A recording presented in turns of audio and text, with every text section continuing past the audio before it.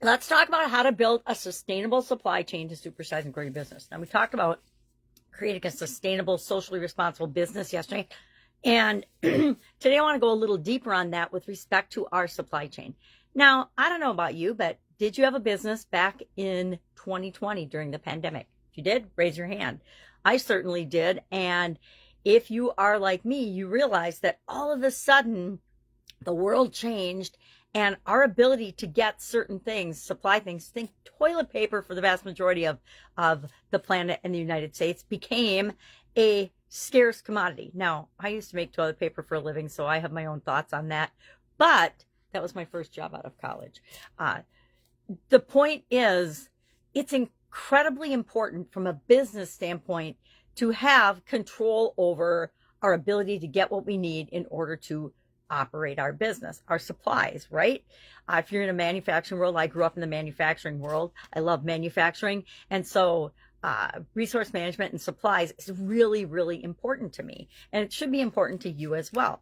So we want to not only control our business being things like emissions free and or carbon neutral, and we want to take a holistic approach to the supplies and the things that come into our business. We want to deal with other businesses that are concerned about society as a whole, just like we are. We want to have common values and goals with our suppliers as well as the people that we sell to, our customers, right? As well as the people that are in our organization helping us to build and grow and supersize our business. So how do we go about doing that? And I want to talk a couple things about that. But bottom line to me, the reason we do it is it's the right thing to do. And the second reason is it allows our business to have a competitive advantage, to have what we need in order to run and serve the people that we're here to serve and to make the world a better place. We do this by making sure that we partner with the right people. We want to have a reduced environment. We want to reduce our environmental footprint. We want to make sure that our suppliers are doing the same.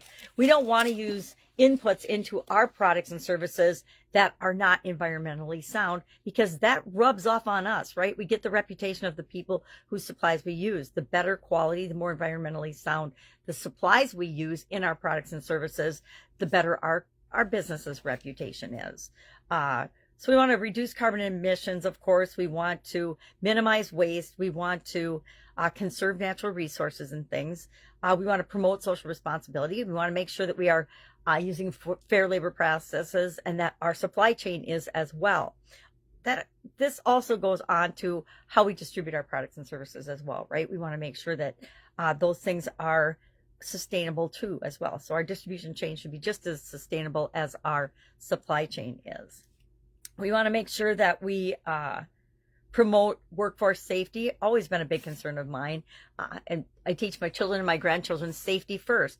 There's nothing worth doing that's worth any of your digits or limbs or sanity or having an accident over. There's always a safer way to do something, and do it the safe way. Do it the safe way in the first place so that you can do it again tomorrow or do it again.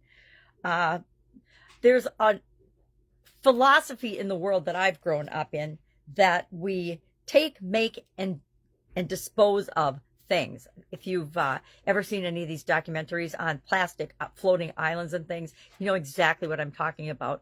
We create so much waste and landfills in this country, it's mind-boggling. So we want to switch that from the take, make, dispose of mentality and past practices and switch to and promote resource cycling, or a circular economy where we resource efficiently, we reuse, and we recycle. So we want to promote and design for durability. We want to design for recycling. We want to design for repairing things, right? We want to make things that are going to last. We want to have and keep in mind that upfront, it seems like doing these things seems a little more expensive, but the overall long-term costs and benefit far outweighs the cost. We need to make sure that we're doing that in all of our decisions. We need to consider not just the short-term quick solution, but what are the longer-term ramifications of that choice, that decision, that project, etc. What are the long-term positive and negative impacts of that, of everything that we do, right? And that sometimes feels overwhelming when we think, oh, I can't just solve the problem right now. I have to think of are the long-term consequences of that. But guess what? We've always had to do that. We've always had to be aware of the short-term impact and the long-term impact of every decision that we make as a business owner. So curious about your impact or your questioning of your supply chain.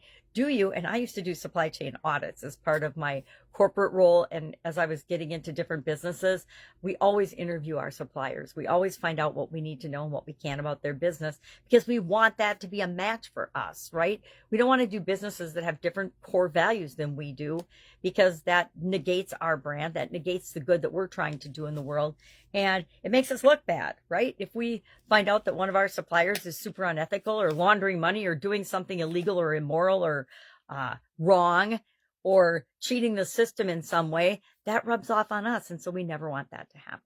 So curious about your investigation or impact or use of supply chain sustainability. Do you pay attention to where your supplies are coming from, or are you just grateful that you've got them to create what it is that you want to create in the world? Share in the comments below so we can learn from one another. And I will, of course, be with you tomorrow with another interesting business strategy, a strategy you can use right now to grow and build and supersize your business by enhancing your brand reputation, by reaching the people that you want to reach more readily, and by serving them to the best of your ability. All right, have an awesome day, and I'll, of course, be with you tomorrow.